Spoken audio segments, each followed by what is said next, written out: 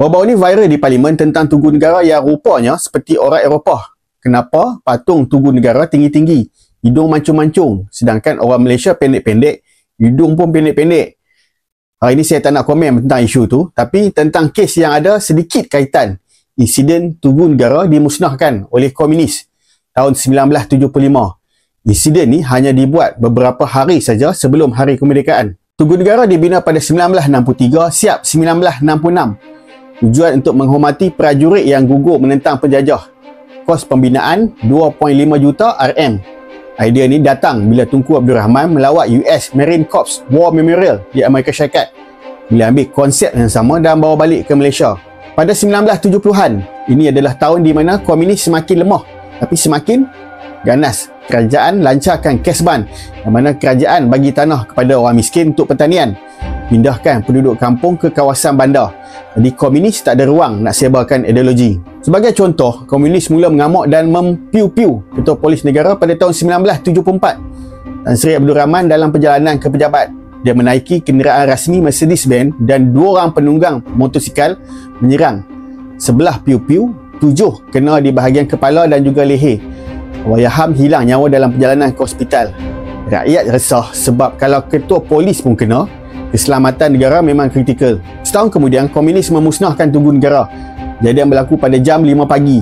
Dipercayai ada beberapa siri yang mereka lancar, tapi yang lain berjaya dipatahkan. Kerosakan waktu tu, tembaga kemek, terbakar di beberapa bahagian, mama pecah berderai dan beberapa kerosakan lagi.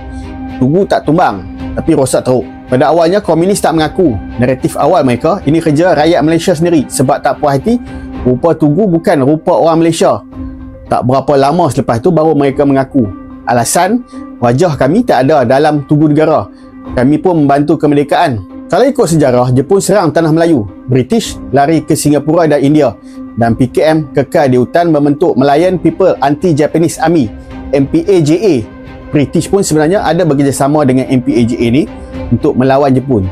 Tapi Tunku Abdul Rahman kata itu perjuangan menentang Jepun. Selepas Jepun keluar, mereka lawan British pula. Selepas British keluar, mereka lawan kerajaan pula. Itu bukan perjuangan kemerdekaan. Kos membaiki Tugu Negara ialah RM50,000. Nilai besar pada tahun 1975. RM50,000 waktu tu bersamaan dengan RM350,000 zaman sekarang. Kerajaan panggil semula Felix D. Weldon, pencipta asal Tugu Negara, untuk repair semula. Secara analisis serangan itu sebenarnya merugikan PKM sendiri. Lepas tu mereka semakin lemah, mereka pilih untuk serang monumen yang semua kaum banggakan. Melayu, Cina, India dan Delma untuk bina Tugu ni. Kos 2.5 juta RM, 1.2 ialah daripada sumbangan orang ramai. PKM dipersalahkan. Kalau marah kerajaan, kenapa serang Tugu Negara? Kenapa serang simbol rakyat?